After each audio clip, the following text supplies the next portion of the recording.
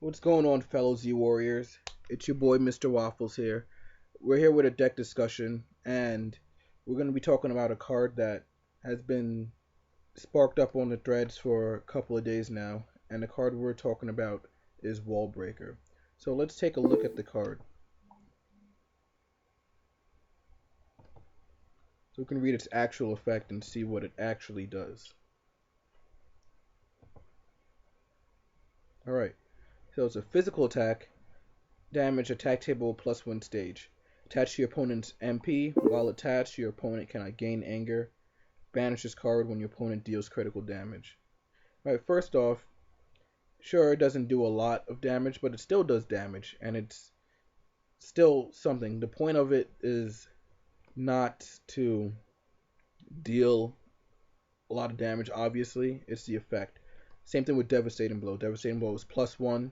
No one played it because no one said, oh, I'm not going to play this because it's only +1 power stage. It's like, no, raise my anger 1, lowers yours 2, banish 3 cards. Like, you played it for the effect. Same situation here. I don't see why it's any different. Um, you know, you have to banish it when your opponent deals critical damage. So it's not critical damage effect, people. It's critical damage. Like, 5 cards. Hopefully, I don't have endurance. Just kidding. I'm playing blue. Scoop. Um, I just think the card is just really, really good. It just attaches. That's it. If you're playing villains, you're gonna have a harder time. If you're playing heroes, you don't have to worry about it as much, but it's still something to consider. You know, to know that if you're playing Sane, this card can easily wreck your day. You know, especially like, oh, you want to play Gohan Sane? Well, you're weak as it is, and to know I give you this card that you can't gain anger every time you make an attack, it's it's quite frustrating. So I don't know if hero decks are gonna play like Focus Assault, like 2 or 3 copies because of this card. Even if your deck is not mainly to gain anger, the fact that it does hinder you from gaining anger. I mean, Sane is a style that has built-in anger in it, so already this card just kind of messes up with that. So for the villains, like I said, they're gonna really have a harder time. So what we're gonna do is we're gonna take a look at some of the villains since that's really I think what it hurts the most, and we'll see why this card's really good.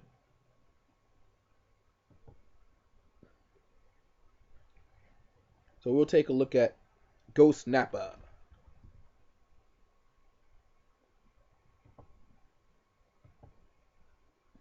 All right, so he's mainly at B until he gets to 0, obviously. Um, I'm just trying to think. Usually in black, you more like a control anti-meta deck against allies, I guess, or whatever. But he would mainly stay at level 1, I feel. That's how I would build Nappa Black anyway. Just have him stay at level 1 for physical for 4 stages and a life every turn. Um, so you don't have to worry about it too much, but to know that, if you ever try to level up, you know, you might be able to do it with a physical beatdown deck, and hopefully that you just draw a bunch of attacks and try and get them down. But in black, I can see it kind of happening. In blue, obviously not. In uh, orange, I never tried it. Napa orange. If someone wants to try that out, or if someone wants me to make a deck list, I'll try and whip something together. Um, Saiyan, again, the same similar beatdown style, but to know every card that you're playing is not gaining you anger. So, I mean, it's kind of iffy. Napa might have the chance, but it's very slim. I don't really see it happening. Next up, we're gonna look at Raditz.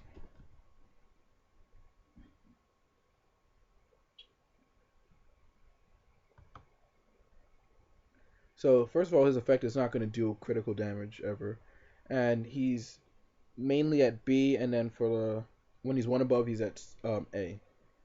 So again, in Raditz, his anger already raises his effect. I mean, already raises his anger 1 level, but that's not gonna happen with Wallbreaker. So you're staying at 1. If you want to play like blue Raditz, you're just staying at 1. Red Raditz, maybe like red in general. If you look at the style, they have the out with shoulder grab, static shock. stuff like that. But again, if someone's playing shoulder grab against me, you take the shoulder grab, and then you just prepare for whatever after. And also with Raditz effect, you can see both you and your opponent see what cards you're gonna choose, so they can always prepare for what to block and what not to block. And I don't know. Again, I see it just being really, really difficult. Um, again, mainly for villains. Next, we'll take a look at Frieza.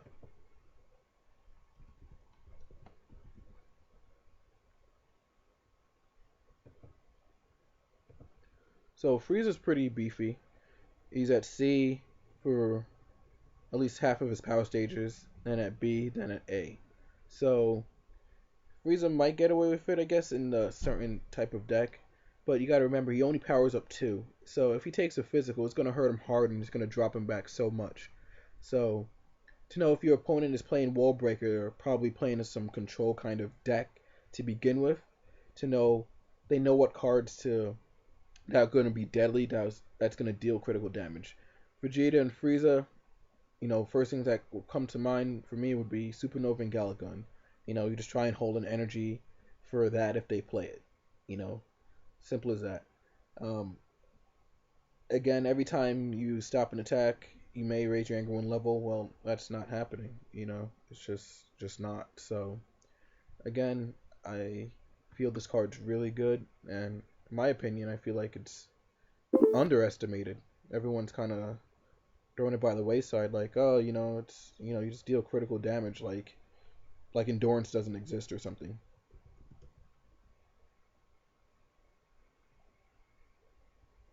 Let's look at Vegeta. So he's at C once he's only at full. Everything else is for the main part is B. He's in B bracket, and then he's at A for the last two. So Vegeta has Gallic Gun, which any good player knows that, hey, I'm playing Wall Breaker, needs to deal critical damage. No, his only real out is Gallic Gun. Just make sure you have a block for that. And I think the point people are missing with Wall Breaker is not so much that you can't about the whole critical damage thing. It it's more so the value that you get when you play it. For your opponents to dig and find it out, like with red, you need to have a shoulder grab plus another card plus this. I feel that outs to wall breaker are more situational than the card itself. So I wall breaker you, and then you're playing all these stuff too that normally would gain you anger and do all this cool stuff. Well, it's not happening until you actually could deal critical damage to me.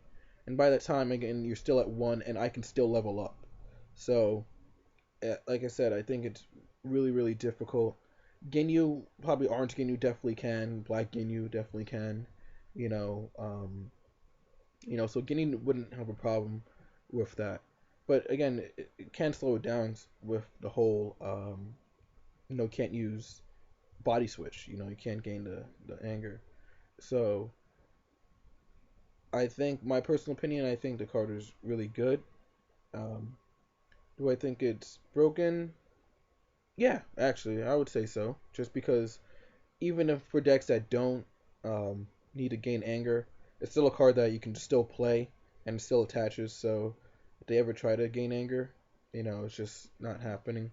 And for decks to really try and find you out, that's what I think it comes down to. Like make sure that you have the right cards, and even so, you need a right setup. And your opponent at that time is also building up resources, setting up as well, whether playing a bunch of setups or just building up their resources.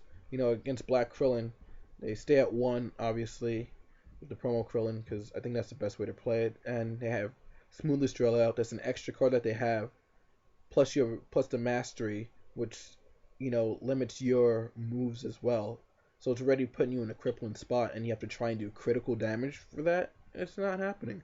Against Blue, they have the mastery to stop any attack, so you try to Gala Gun. Well, I have a physical block or physical combat card, I just use the mastery.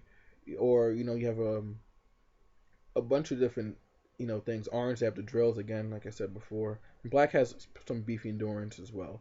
So, I just think the card's very underrated, but, you guys can feel free to disagree. That's what the whole point of this discussion's about. And we'll just take a look one more time at the card. So if you guys know some secret hidden jutsu technique that I don't know about, how to get rid of Wall Breaker easily, or is not that good of a card, just let me know your opinion in the comments below. Remember to like and subscribe for more of these dragon discussions.